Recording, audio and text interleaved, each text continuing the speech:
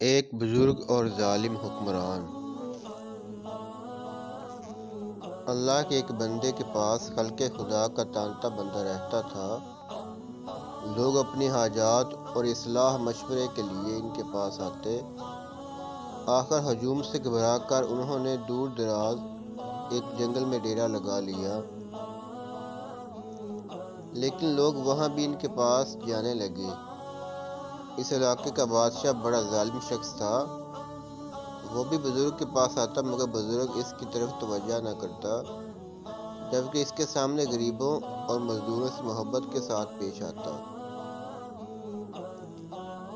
ایک دن بادشاہ نے کہا، مانا کہ آپ کو بادشاہ کا کوئی ڈر نہیں، لیکن بادشاہ آپ کی توجہ کا اتنا تو حقدار ہے جتنا ایک غریب مزدور۔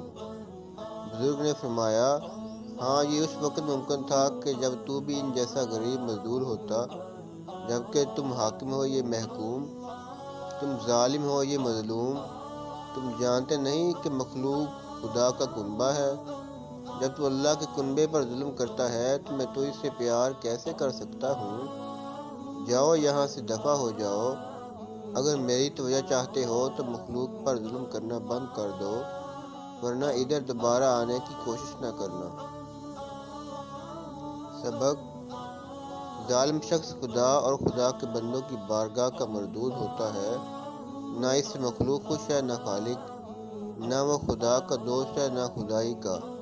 اس کی آخرت برباد ہے، کیونکہ کائنات کا خالق و مالک نہ خود ظلم کرتا ہے، نہ ظلم کو پسند کرتا ہے۔